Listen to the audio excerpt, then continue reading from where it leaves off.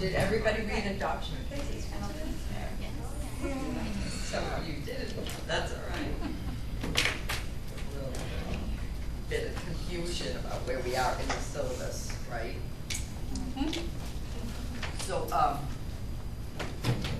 just so we can review that, where we are at and where we will be going.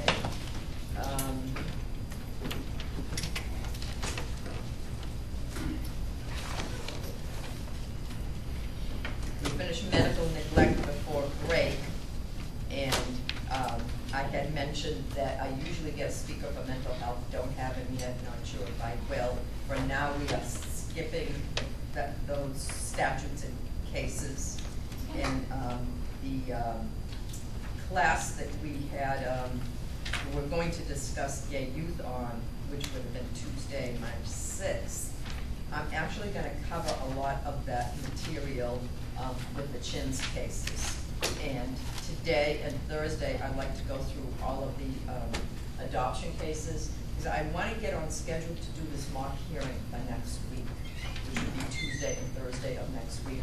And I'll give you the hypotheticals, just a short little hypothetical for that mock hearing for next Thursday. So let's see what we can do and just sort of quickly get through. A lot of these cases sort of say the same things, just like criminal cases, especially, you know, your really serious murder case, murder cases, for example, they get automatic appeal.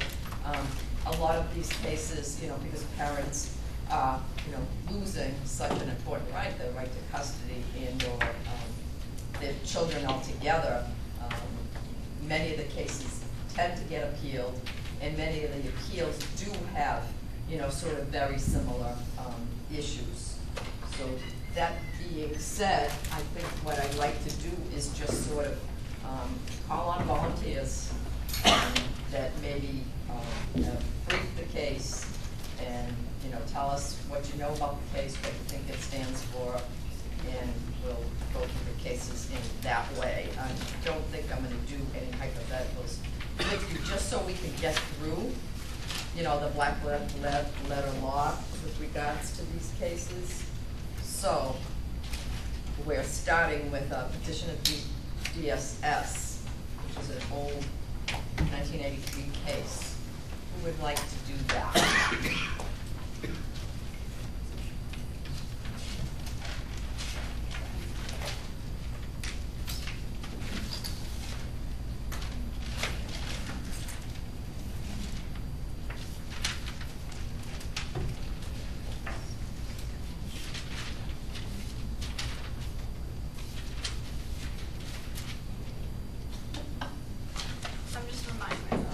What? You just reviewing your material?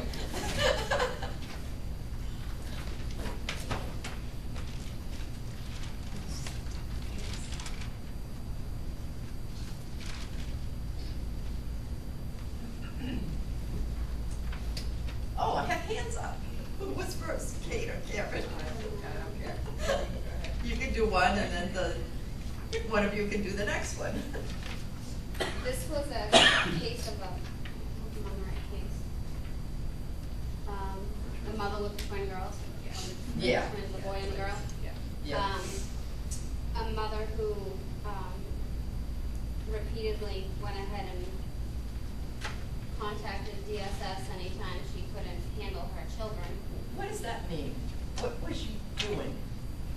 She wanted to, I don't want to say relinquish custody, but she pretty much wanted the department to take temporary custody. So she was doing some sort of voluntary agreement with, right. with DSS at different points. Okay, go ahead. She kind of had a bit of a history of doing this. And I believe that it had to do with, the issue was whether, the issue presented was seeking to dispense with the need for parental consent to adoption, and whether the natural parents are currently fit to further the welfare and the best interest of the child. And her rights were terminated, but in light of the Santoski v. Kramer case, she appealed, stating that the trial judge did not meet the clear and convincing evidentiary standards for terminating her rights. And upon review, they came and said that even in light of the Santoski v. Kramer, that the case still had a clear and convincing threshold that her rights should be terminated. What were the issues for the kids, do you remember? The baby girl had special needs. I think she was the one with the 2 hearing aids.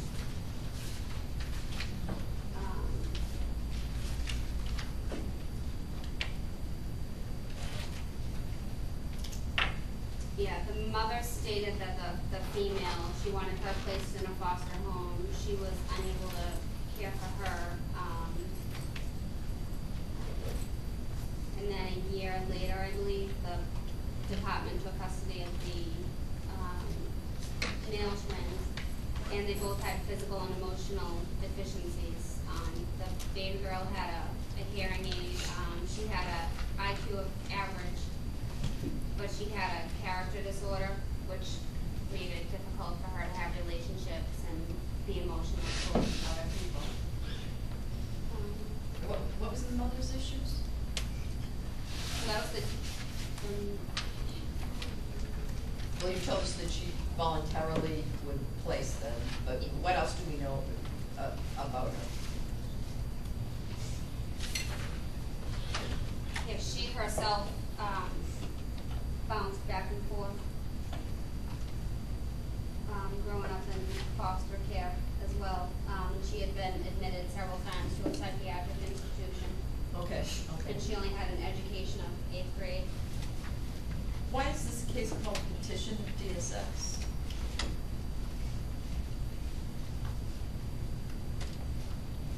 Is this the first one you're reading with that title?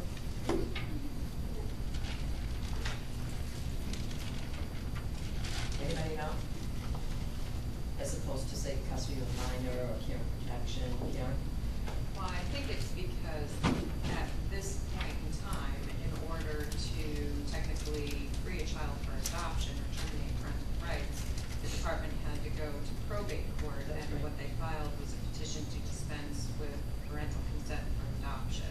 And what's the statute, which still is in effect, but in the juvenile court as well? It's Chapter 210, Section 3, right? Chapter 210, Section 3, and what's important, well, there's a bunch of things that are important about that statute, but what's important about that statute that the judge looks at as factors for termination of parental rights? Parent's fitness, What's that? the parental fitness. Well, in the statute, there are factors, right? They're actually called the 14, they used to be 13. You have 14 now, I believe, right? 14 factors that the court looks at. Do you? That they looked the parent's own character, temperament, capacity, and conduct, and then also to the welfare of the child, depending on their age. Yeah, and that's the overall test that Sandy just mentioned. But do you know, what are some of the factors in 210 Section 3 that would then cause the judge to ultimately find in favor of termination? Sandy? The child has been abandoned. If the child or another member of the family, if the child has been abused or neglected. I think I gave you 210-3 before, didn't I? Yep, you did. A court of competent jurisdiction has transferred custody. If the child is 4 years of age or older, and has been with the department at least 12 of the immediately preceding months. If it's younger than 4 years old, the department has to have them at least 6 of the immediately preceding 12 months. Yep. The parent without excuse fails to provide proper care or custody for the child. The child has formed a strong positive bond with his substitute caretaker. Lack of effort by the parent or person named in Section 2. Severe or repetitive conduct of physically, emotional, or sexual abuse, or a conviction of a parent. or whether there has not been a prior parent of parental neglect or misconduct or an assault constituting a felony. There were 14 of them. Awesome. Okay. So think about those factors, which, go through some of these termination cases. And as Karen pointed out, this isn't a statute change in, I don't know, maybe it was 96, on or around the same time that the Federal Adoption and Safe Families Act was enacted. And at this time, the department had changed its goal from reunification, and offering services and trying to help get the family together. It changed its goal to adoption. Did indeed have to go to a separate court, the probate and family court, in order to effectuate a termination of parental rights. So when the statute did change, the statutory procedures changed so that the juvenile court now can also have this authority. But 210 Section 3, although it's changed, in essence, now gives the juvenile court and still the probate and family court the authority to terminate parental rights using some of these, some or all of these factors. Notice that Kate's reading of the case, she mentioned that the mother kept sort of, take them, okay, I'll take them back, take them, I'll take them back. You mentioned that she had herself some psychiatric issues. You didn't mention, I don't think, and I think it was in the facts of the case as well, this sort of inability or the mother was sort of non-compliant with service plans, and you see that a lot, the department using that as a factor, for termination and or for custody determinations in parent protection cases as well. If you remember from when we reviewed the procedures, that service plan comes out 55 days after the parent protection case is first filed, and or where this mother was voluntarily agreeing to relinquish custody temporarily, there would have then been service plans as well. The department ultimately used that as evidence in the trial, showing the court that the mother had been, besides her issues, besides what was going on with the children, had also been, non-compliant with the service plan. So that's a big sort of factor that the department tends to use in its proceedings, be they parent protection proceedings or termination proceedings as well. New England Home for Little Wanderers.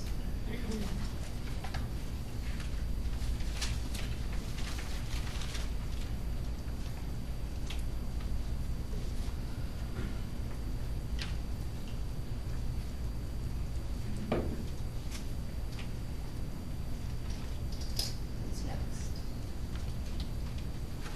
Tell us about that case. Quiet today. We need to see it in the first minute.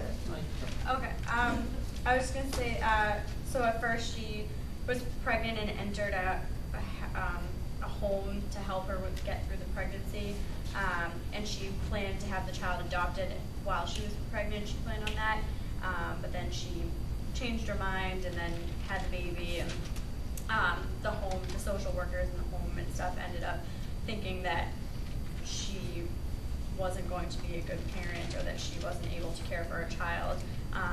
And then, so the child was put in foster care, and then she failed to show up at a lot of meetings where she could see the child. So that was one of the factors that they looked at, is that she had the opportunity to visit with a child in the foster care, but she wouldn't show up. Yeah. Why did she appeal? What was she saying that the trial court did that was an error?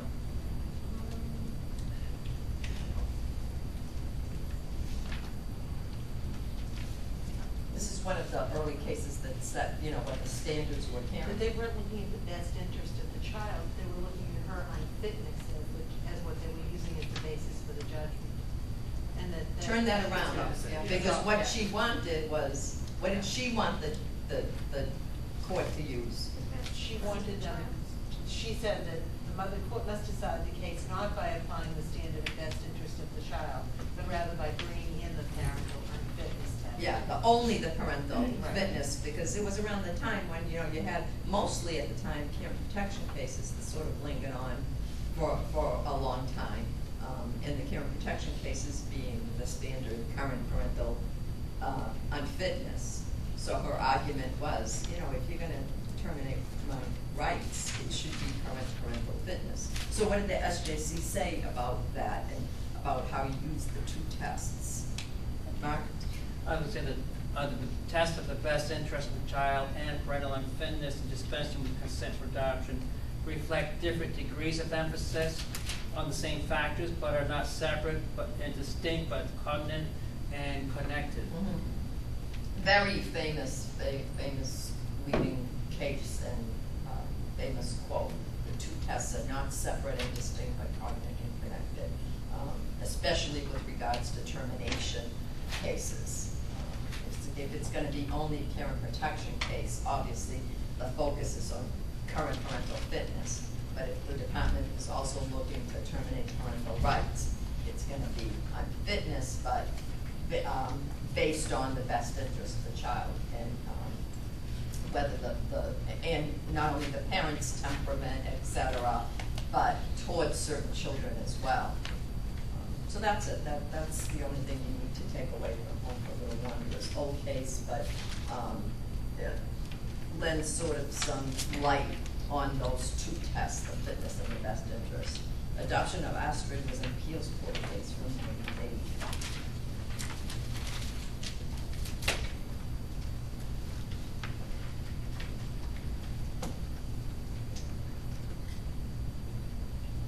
It's what I call a pop-up trailer case. Mark, you want to do that one?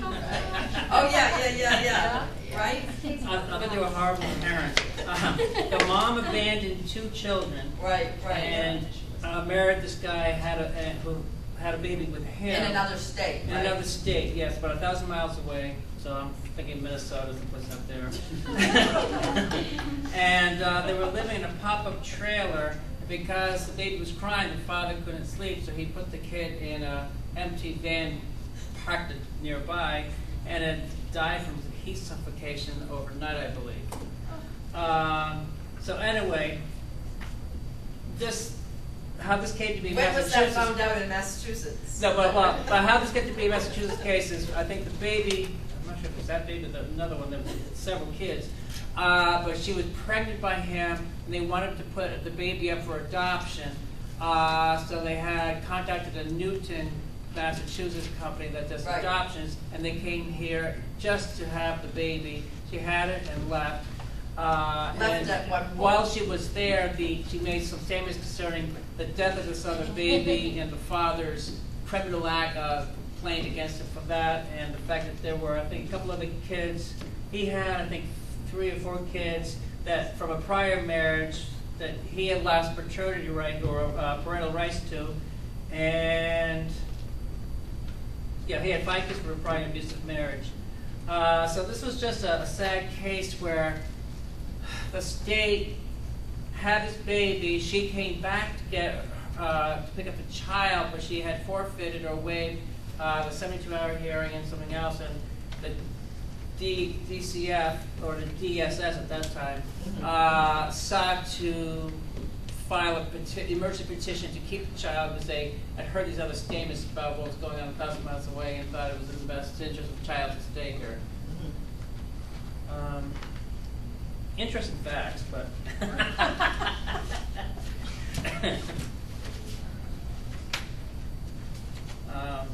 but the state found that there was clear and convincing evidence that it was not in the interest of the child to be returned to the parents because of the prior parental rights being terminated and a possible death in the family from parental abuse and neglect. And and other circumstances, and the So child. that was upheld by the appeals court.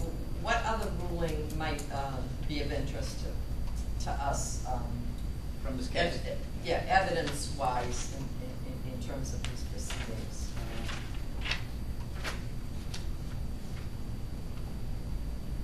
And you see this a lot, the court investigator's report, right? You see that in so many of these cases, that, you know, the exceptions to the report. Time after time, appeals court, SJC holds that the report, the admission of the report is not error and so forth. So that's in that case as well. Okay, Hugo. Hugo was pretty interesting. You want to do Hugo? Sure. Hugo was really about whether or not a foster family who wanted the child was presumptively the correct placement of the child. When the Okay, so tell us who was the foster family. the foster family had had the child for a long time, and they weren't related to the child. And there was an aunt who wanted to have custody. In terms of the foster family, what do we know about the foster mother, foster family? I believe that she had many foster children in her care, and was this the one? Yeah, that why she did had- both Hugo and the department wanted this place? Because she So had why? his sister as well. Was this the case with the little girl when his sister was in the same home? Yes. Yeah. They're all- So, but was that the only reason? And that Hugo was happy there. He had bonded with the foster mother as well, I believe. Okay. And wanted to stay in the home, and she was, he was a special needs child. And she was Right. helping him with his special needs. But she wasn't as capable, the court felt, as the aunt, who also wanted to adopt. And who was the aunt and where was she? She was the paternal father's, on the father's side, and was in New Jersey or somewhere out of state. Right. And what do we know about her? She also had a lot of kids. And that's what's so astounding. What were her particular skills? She though? also had a son who also had special needs. Okay. And she had been successful with this child. She had, he was doing well, I guess, and so they felt that she would also, work well with this child. And she wanted him. But the department wanted the child to remain here. Yeah. And the presumption was, and that what I thought was so interesting about the case was they said just because a child is happy with the foster parent, we can't presume that that's the correct placement. Just because. And why not? Because it may not be in the best needs of the child, best interest of the child. See, I think this case is distinguished from the other cases in the sense that usually the department gets to determine who has the place, but in this case, the court felt that the biological family had priority rights over the DCF to determine if they wanted to have the child go to a grandparent or not or whatever. So that was biological tie plus had the interest in terms of capability. could serve Hugo better. Juvenile court agrees and makes the decision. SJC affirms this on appeal. SJC somewhere says this was a heart-wrenching decision. Think about it. You just said it. He was, bonded. I know of cases where, even when they're placed. Well, this is a case, but I knew of a case that I was connected with, where the foster mother from day one had been told by the department, no question about it, there's going to be a termination. This is going to be a termination case. She had these two little kids for at least 2-3 years. I don't know, maybe going on 3 years. Ultimately, the trial judge found and ultimately made a decision which it didn't go, well, it was going to go to the appellate court, but it didn't in the end. But the children were removed almost forcibly, from the foster mother who thought she was adopting these kids to be placed with the maternal or paternal grandmother, who at first was, nominated as a caretaker and had one of the kids and, was in the picture. So it's, when in hindsight, you think about, you know, why didn't this happen from day one? You know, why did the kids have to bond with somebody else who ultimately also loved them and so forth? But- I have a question Yeah. too. In some of these cases, I've had to wonder because some of these kids who are in homes that are, say, being abused physically by the father, or they get some other issue like drugs with the mother, and they're being placed with the paternal or maternal grandparents who screwed up raising their own kids. Right. What's the wisdom of putting these kids under their care again? I know, I know. It's just, Yeah. to me, I have trouble getting past that point. Ed? When the parent gives up their rights as a parent, and go to court and say, I relinquish my rights, does the termination hearing not happen then? Or does that still happen? Well, if there's a stipulation that you don't need the trial, but it still has to go through the channels, you know, to, A, for termination, B, for approval of the adopted parents as well. So they give up the rights, that's what they call an open adoption, is that what that is? Not necessarily. An open adoption is, in one of your cases you had where the mother was saying that she should have gotten visitation rights. Right. The appellate court in the end agreed with the juvenile court, no. But in some open adoption cases, yes, you can have that. You can have stipulations and agreements that, and it could be as little as, you know, like a Christmas card every year. Or it could be as much as some kind of visitation. Getting back to Mark's point too, you know, it's hard on, as I said, in hindsight, you know, why weren't these children initially, you know, why wasn't an out of court, what is it called, the interstate? You did it, Kate, right, for Anna? An interstate, no? Oh, I thought she was involved with another state. Why didn't that happen? The interstate, what am I Interstate thinking of? compact. The interstate compact, and it's not 119. Chapter it is, where she could have been approved initially, beyond as a potential, you know, maybe not pre-adopted, but, you know, foster placement. Would obviously take longer, it takes a lot of time, and that could have been part of it. Karen? I think because this whole department is so screwed up. I mean, when I read that last thing, that, I don't know if it was for today or the next one, the one that you had sent us about the little girl who died, who was asphyxiated, who was adopted, but that, what a tragedy. And how these things happen. That was the case out of Maine.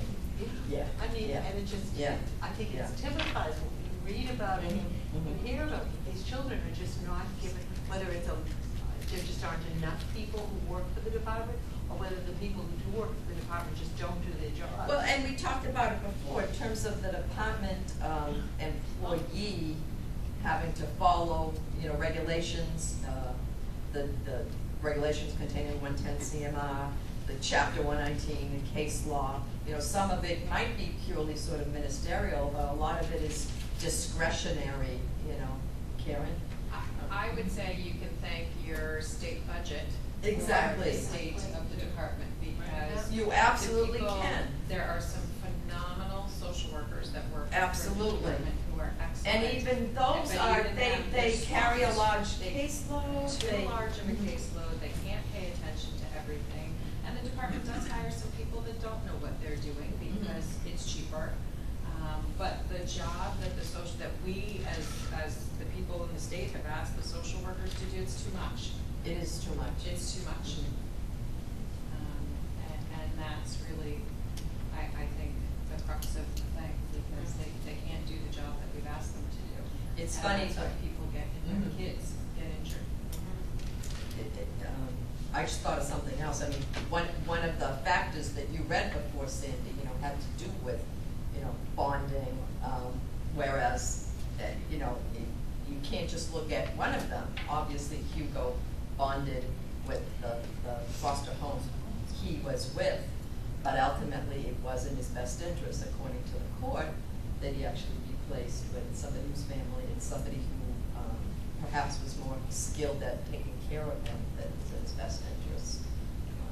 And I think the family argument, a lot of times, at least least in my experience, is families more likely to stick with the kids.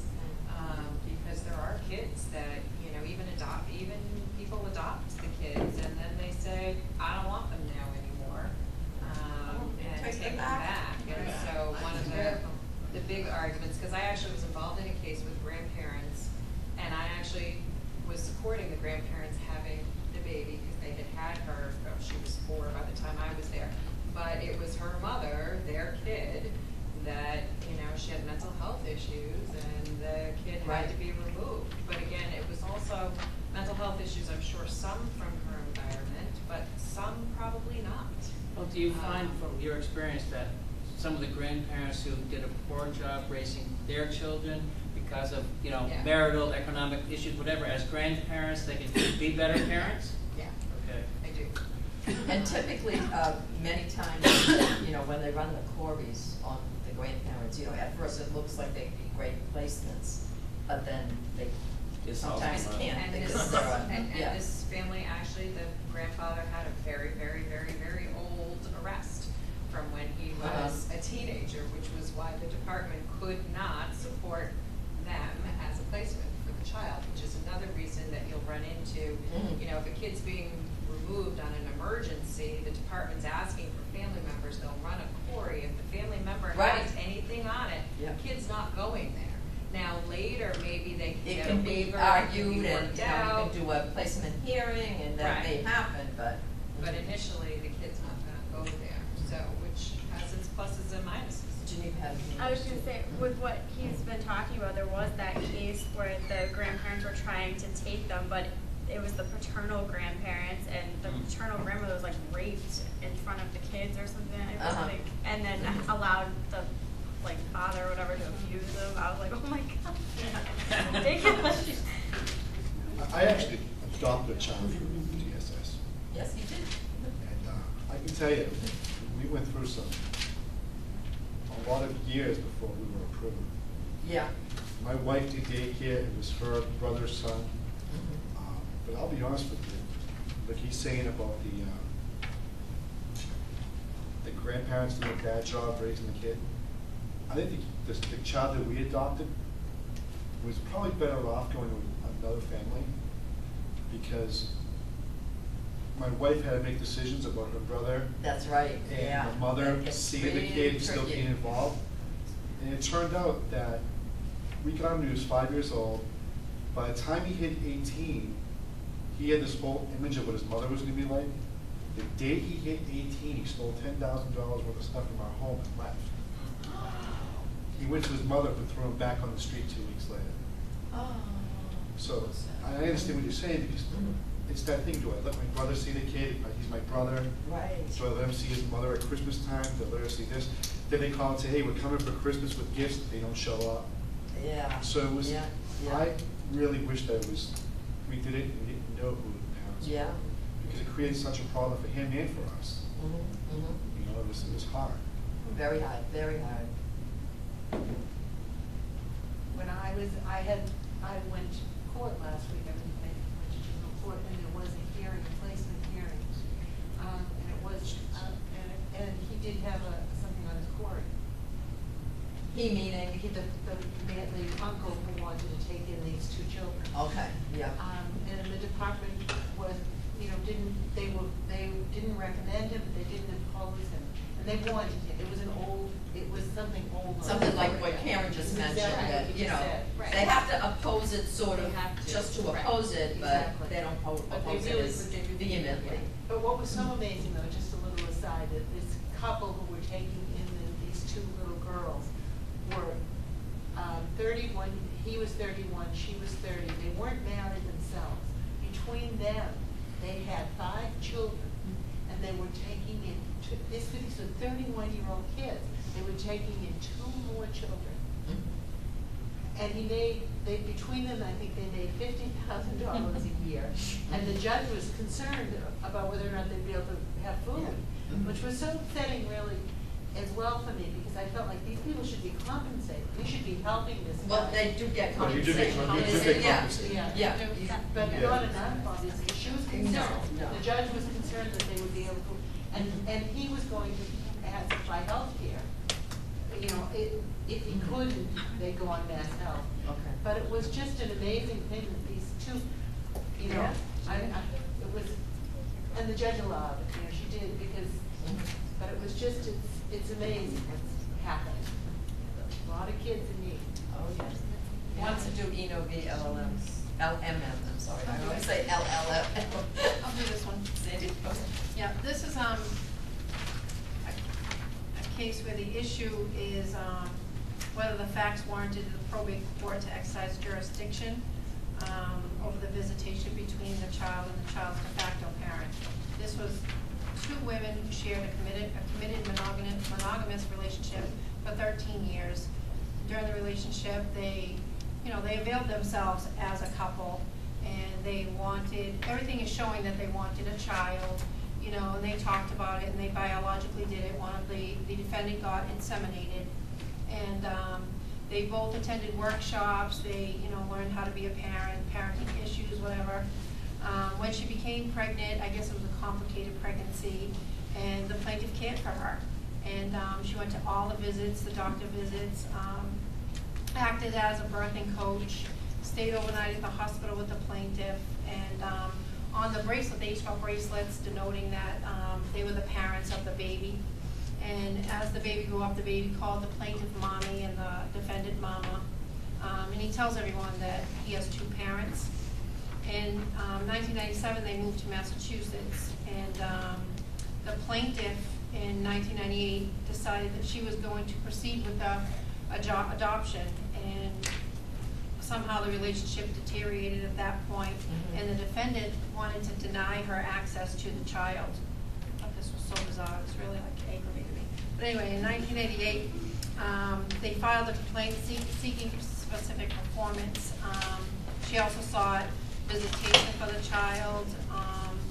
You know, she wanted also to stop some financial affairs with the defendant. And defendant's motion to dismiss was denied. There was a hearing where the probate judge ordered temporary visitation, and the judge applied the best interest of the child standard and said that the children born to parents who are not married to each other are to be treated in the same manner as all of the children.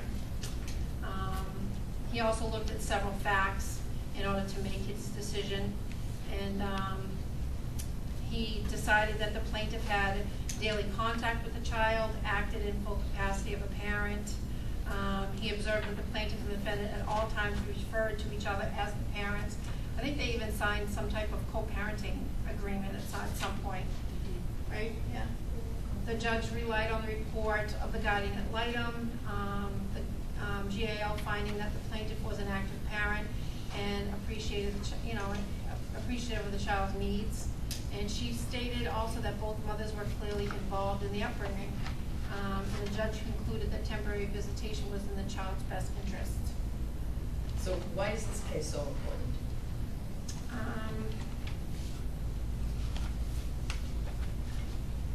Well, I guess one of the things was the jurisdiction issue, correct? The jurisdiction issue? Yeah, there was a discussion about that. The defendant felt that they lacked jurisdiction to order temporary visitation.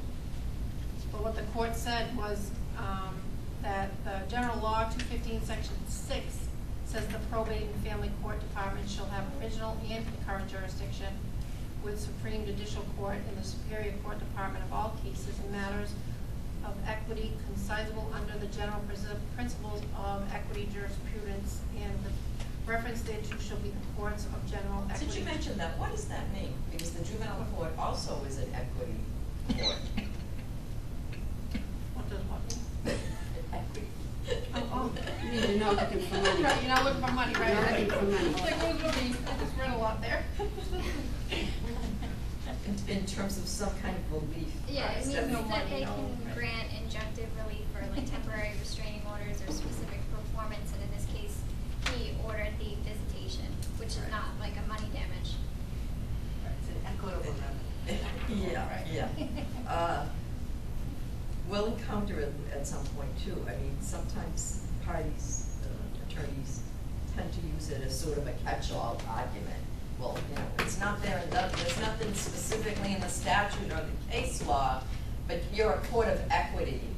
You can afford me this relief, or you can afford my client, the child, this relief in the best interest of the child, sort of thing. Why else is this case important? Case of first impression. Why? Because it was whether the court's exercise of jurisdiction to grant visitation between the child and the child's defendant. Okay, we already talked about that, But girl. that's what the first impression was about. Why is this case so important in family law? Because it's about defining a relationship. Defining what? Parents. Oh, she did? She did say that, yes. That's exactly. It's about defining I thought you were saying the same thing, Sandy. who the parents are. What You the know, rights to of- have rights over the child. Whether in fact. So how would you define what a de facto parent is, and how would you use it in other cases? Common sense, de facto parent is somebody who the court views as like a legal parent that has the rights and the obligations of a parent that has taken care of this child, just like a parent. Okay, so taking care of meaning, so give some examples like the court did here. Financially, they took care of the child. In this case, the second mother actually, you know, they planned it together. She paid for the insemination, was there throughout the whole birth, from the day the baby was born, was active in the baby's life. You know, acted just like a biological parent would, in every sense. This person. Caretaker, daily routine, medical Emotional care, support. discipline the child. Everything. Born there, you know. Education and discipline, most things. Yeah. Can I just say something, though, that the thing that really comes, not in this case, but I just want to mention, there's a case going on now with the Supreme Court, I think, where the women took the egg from one woman and put in the other, and so the court automatically said the biological mother had rights, because this was in a state where they didn't recognize same-sex marriage. They said the biological mother, I mean, the birth mother had The birth the mother. rights, but the other mother was actually the biological mother, so what's going to happen there? Very interesting, Yeah. right? That's Right. interesting, yeah. Yeah. What tips the scale, I'm reading right from, is the child's best interests. No matter what, and I say this over and over again, you get a bar exam question on anything to do with children, just put that in, best interest of the child, that standard has never changed, I don't think it ever will. It's gonna be in every case. Adoption of Iris, what's this one? I have a question. Sorry. This is just a hypo. Oh, you have a hypo? Yeah, so what if, What if? the mother, in this case, the biological mother, died? Or say that the mother and the father had a child, and then the mother remarried, whether it was a woman or another man, and the actual biological father died? I mean, the actual biological mother died, so there's still the father who hasn't really taken care of the children that much, and there's the de facto parent. It's automatically going to go to the father. Nothing's automatic, right? No. When you argue, So there'll be a hearing. you argue best interest of the child, you argue de facto, what factors make up what a de facto parent is. In some cases, de facto parent might only get, visitation and not custody, depending on, right, the facts of the case. What? I- You no, know, I was- do you have a case? Well, that my mom had to do that when I was younger, of like putting in her will because she was afraid that if she died that I would go to my father. She made sure. Yeah. But he still could challenge that. I think my father would have. That's why I didn't know Yeah. what the court would say for Right. that. Luckily, she didn't. Right. She's alive. Awesome.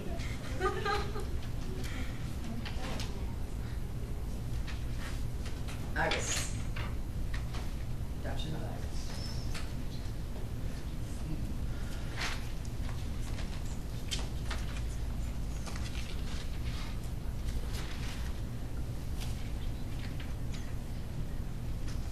What happened to poor little Iris? Joe? I don't know the facts, no. anybody else read Iris? This is the one where something happened and they didn't know how she fractured her skull, and so there was an At issue. 1 month old, right? Yeah, and Okay. so there was an issue of abuse, right. So the little child fractured her skull. Yeah. What did DSS do? Yeah, they filed the 51A, I think at the hospital, right? And then, is this the one where they had a care and protection case, and the mother was arguing that because it was already decided Right. in another case that collateral estoppel or Yeah, yeah. So tell us about that. So since a juvenile case is not considered a criminal case, then the double jeopardy doesn't apply in this case, so. Yeah, the so what same did that mean? facts- So we had the care and protection case that was filed initially, and so that case proceeded to do what? What happened in that case? Custody was removed from the mother.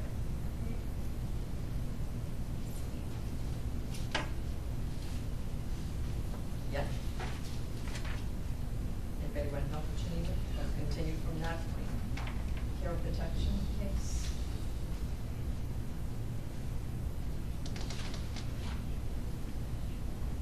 Why did you need a Yeah. retrial? Why? The parents appealed,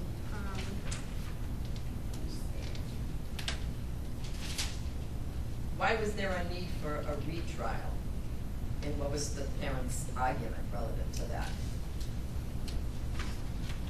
was it that they separated, that it was care and protection, and then they added the dispensing with consent to adopt? Is that? Right, but why the need for the retrial relative to Iris's injury, Karen? I think the appellate court said that the case in the lower court just focused on one single injury. And so they had sent it back and said that there needed to be, it was actually vacated and remanded. And then when they went to the trial court, the department said that they had additional information. That's right, they that could was the thing, it was present. additional information about the injury itself.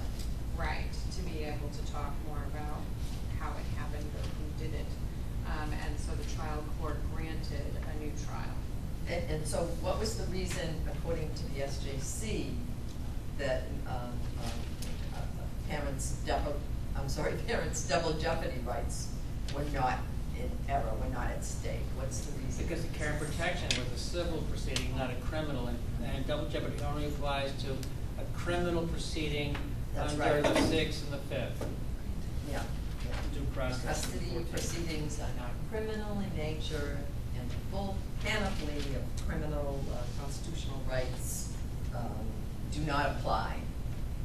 You see that rationale, that quote, and I forgot what case it initially came from. You see that over and over again when courts want to deny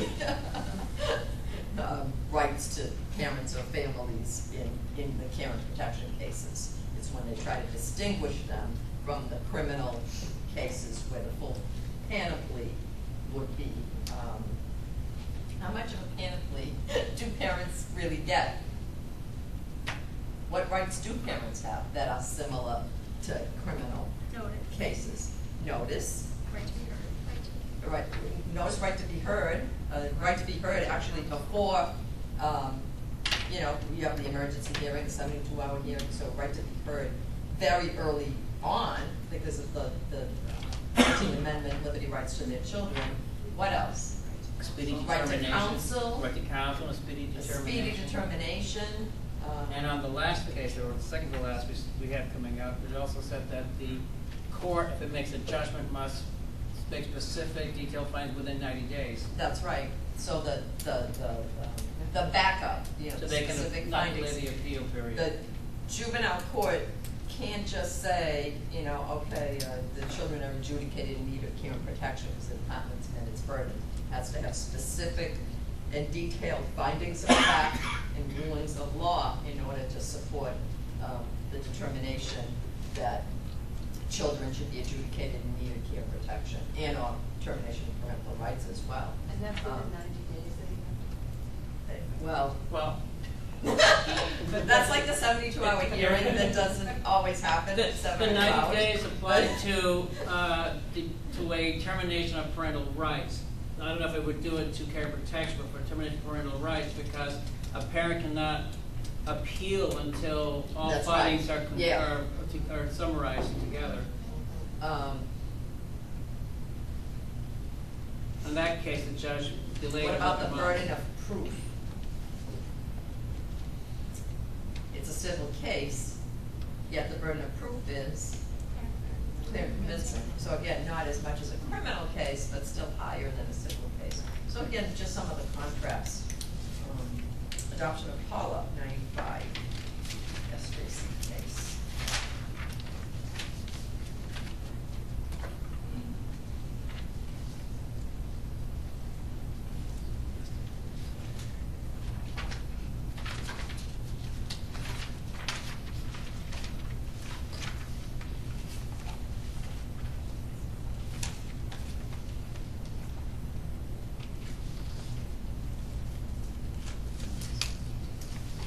With the mother, adoption of Paula. Claimed that This- she suffered from bad women's. She claims she suffered from battered women's syndrome, and in relation to that claim, And that she had, that she had improved. Okay. I mean, it was a crazy case. like, it was a crazy case. With this fellow, they just take care of children. I know. And there were 10 kids altogether. Yeah. All of them kept having, he had children, she had children, then he had more children.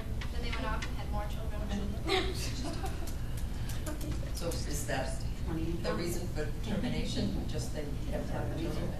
It should have been. Well, they were both, in the beginning, they were both like, they both used drugs and had a problem with alcohol, and with the first, with the father of most of the children, he was abusive, and then you get the battered woman syndrome, and then she finally left. When she left, right? Yeah. She, left. not her Yeah, children. She yeah. left them all. And it said that To go have more when they children. had too many, when it came to be that they had too many children, she would just leave them behind. Because at first she would take them, but then. Well, let me ask you this, was it Okay, possible sorry. she was leaving because she was leaving to get, and that was her only way to deal with, you know, the battering, and she was just unable, suffering from, you know, battered woman syndrome, PTSD, et cetera. She really couldn't protect her children, but that was her only way of sort of, the only step finally at some point that she could take was being able to leave, but she could only leave herself. Do you know what I'm saying? Yeah, I mean, I guess I Like didn't. how can you Go ahead, I haven't heard. like no, like how can this be determined? You know, like, how would you know that this is the final step or something? How would you know? Did she screw up at trial, or did her trial? Well, I mean, if that was gonna be her defense, and we don't know a lot of it, obviously, we're reading the review in court's, you know, summary of the facts. But if you represented someone like this, you know, what might your strategy be? You know? That would help, she could get better, that if the kids are given to her and then. And then An she- expert, I'm in saying getting a doctor. I Well, don't you- think I could defend her. I mean, I think I would have to count, I don't think this woman should have these children. I mean, obviously, the department there needs to be a service plan, and let's see if she can fulfill that. Mhm. And ask for that, and ask for a service plan that gives her counseling, that she has to attend meetings or whatever. But this woman should be sterilized.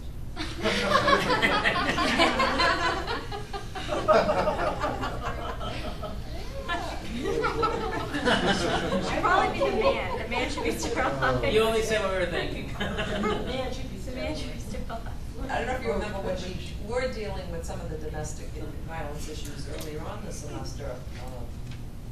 And I mentioned that, you know, it's sort of in terms of the timing of the trial as well, that because of what the woman or the person that's being battered is suffering from, really, they can't get their act together in time to appear fit at trial.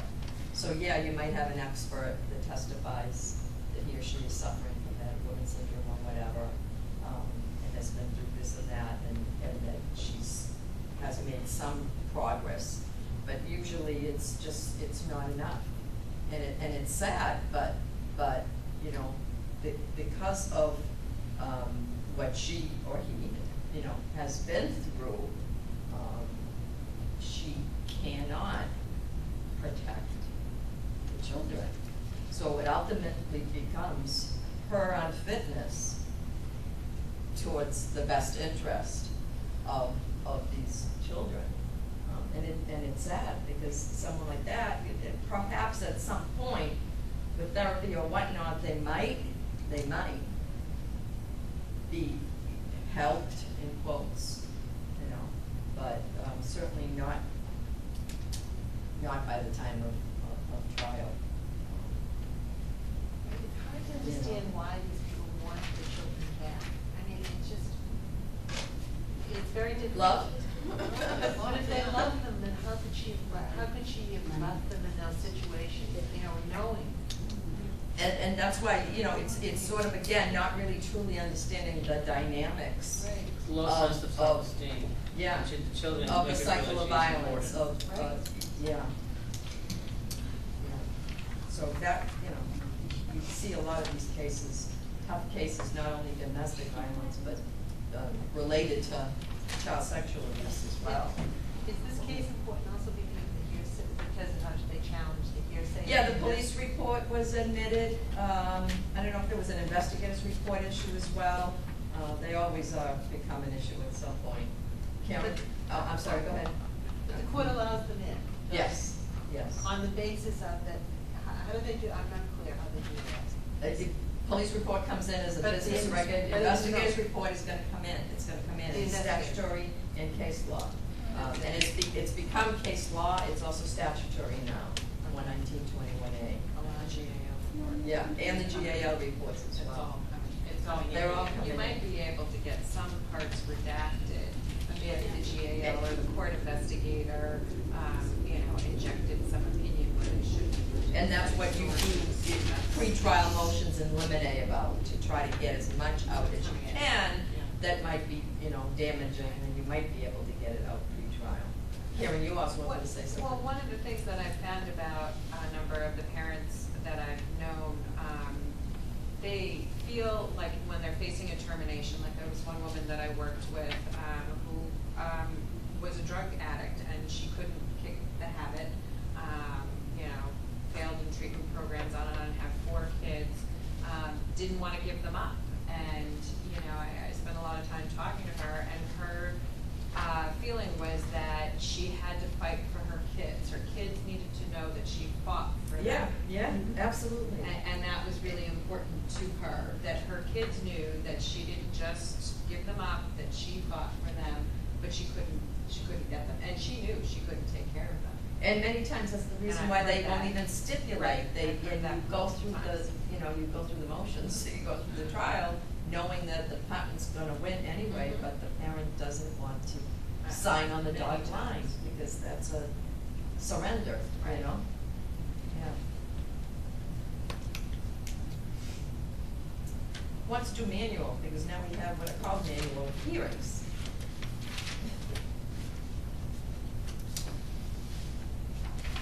It's a little complicated.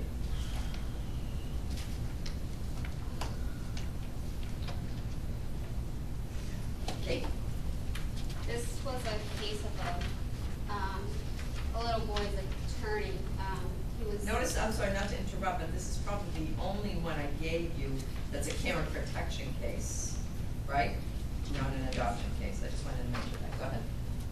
He was the subject of a CAP, and DSS took custody, but after DSS taking custody, the attorney made a motion to consider is it the grandparents? The paternal grandparents to be his legal custodians through the pendency of the hearings, and the judge denied it, and I believe they appealed, and once again, it second, because didn't the child initially waive a first 72-hour hearing? Right, yeah. When he was, go ahead, because this is Right. important. He did go ahead and waive And the why? 72-hour hearing, but then the court came back and said that the waiver of the 72-hour hearing was Well, not. I'm sorry, why did the child waive the first 72-hour hearing? What were the circumstances then?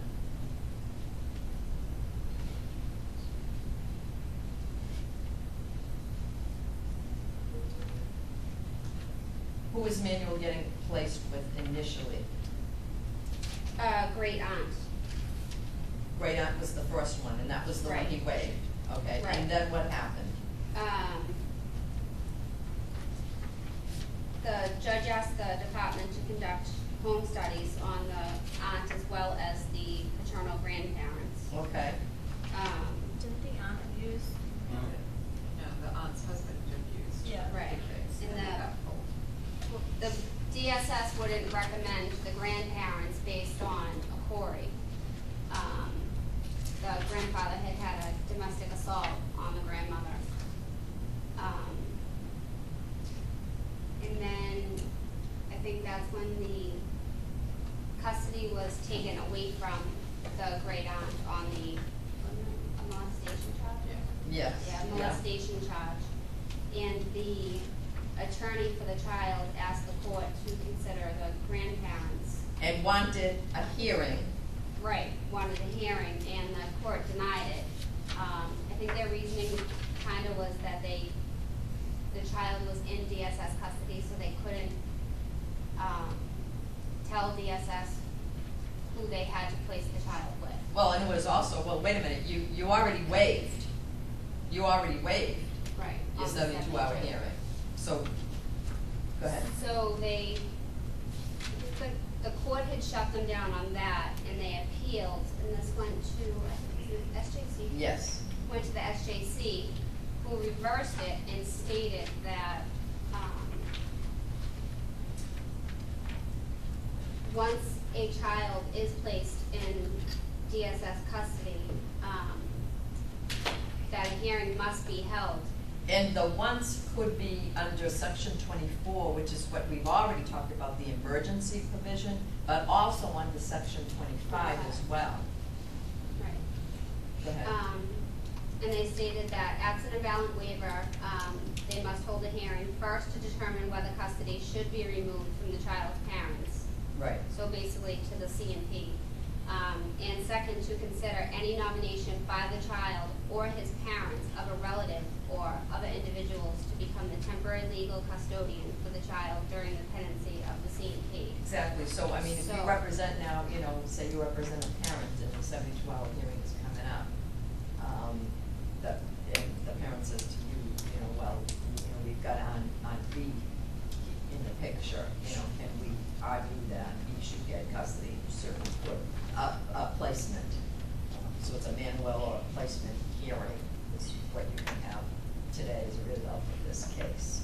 So, I mean, that in terms of Manuel, yes, he waived at first the 72-hour hearing, but that was with regard to the aunt. And so then he then had a right to a subsequent 72-hour hearing because it was a brand new issue, a brand new sort of, pulling of custody, and also a right to say, to at least nominate someone, and have an issue about that and have a decision on that. So that's the Manuel case. So just to clarify, Manuel is when you have someone specifically you want the judge to appoint. Exactly. And when does that have to be held? So in conjunction with the 72-hour hearing, that's the 72-hour hearing. That's right. Yeah. Do we want to do, let's do Helen. And then we'll break after Helen.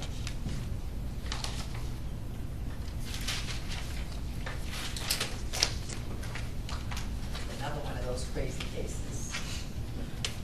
Substance.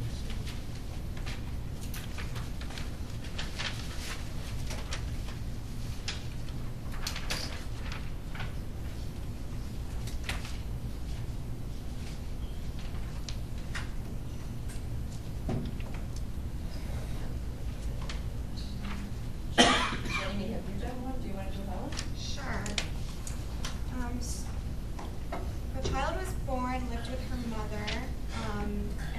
the child was living with the mother, the house was raided twice due to drug activity.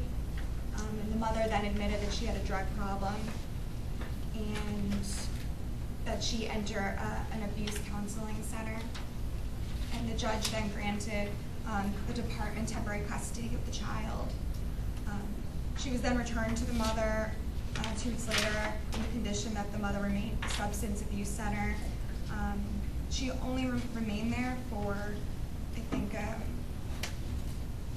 couple of weeks, or no, until February 1996, and then the mom stopped communicating with the department, and they were looking for both the mother and the child. When they found her, the department removed the child and placed her in foster care. And then the mom, again, failed to communicate with the department. And then a bunch of hearings were set up. The juvenile court held a 72-hour hearing, which she didn't attend. Another hearing was held where the department filed a petition for permanent custody. She didn't show up to that. Soon she reestablished communication with the department and submitted negative urine screens, attended Alcoholics Anonymous, Narcotics Anonymous, and completed parenting classes, and also visited with the child 3 times in that time period. But again, the mother failed to communicate with the department, and she didn't reestablish communication until a year later. And again, another trial was held to dispense with the need for parental consent, and she didn't show up. And this behavior continued until we got to the appeal, where the issue was mother and child challenged the decree dispensing with her consent to adoption pursuant to Chapter 210, Section 3. And the mom argues that the judge's findings are not supported by the evidence at the termination proceeding and don't provide clear and convincing evidence of parental unfitness, where the SJC case, right? They disagreed with her. And the rule mentioned here was when you're determining whether to dispense with parental consent to adoption, the judge must evaluate whether the parent can assume the duties and responsibilities required of the parent, and whether dispensing with consent will be in the best interest of the child, which we mentioned earlier.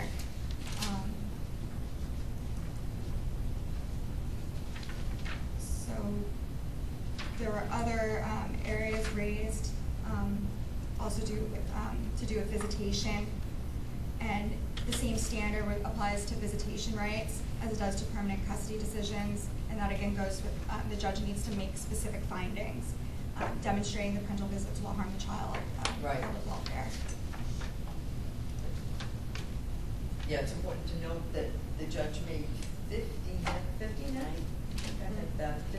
findings, substance abuse, late and missed appointments, failure to communicate, you mentioned, where, disappearing. The periods of time when the child was in foster care, she sort of didn't communicate. Again, some of these factors that Sandra read to us earlier.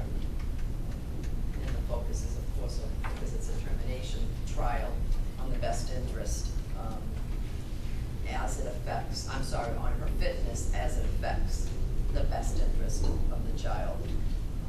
Standard of review was error, and the court, SJC finds that the juvenile court made no error, made these extensive findings. Findings were amply supported by the evidence, et cetera, et cetera. Why don't we break here and we'll start with the petition of DSS, the 1987 one. Notice that the older ones always have, petition of DSS, or petition to dispense with parental consent, or custody of a minor. And I forget what year, but at some point they started doing adoption of Mary, adoption of Diane, because otherwise they sounded all the same. And you couldn't differentiate which petition of DSS we're talking about. And when did DSS become DCF? DCF, like 2 years ago, I think. Yeah, very recent.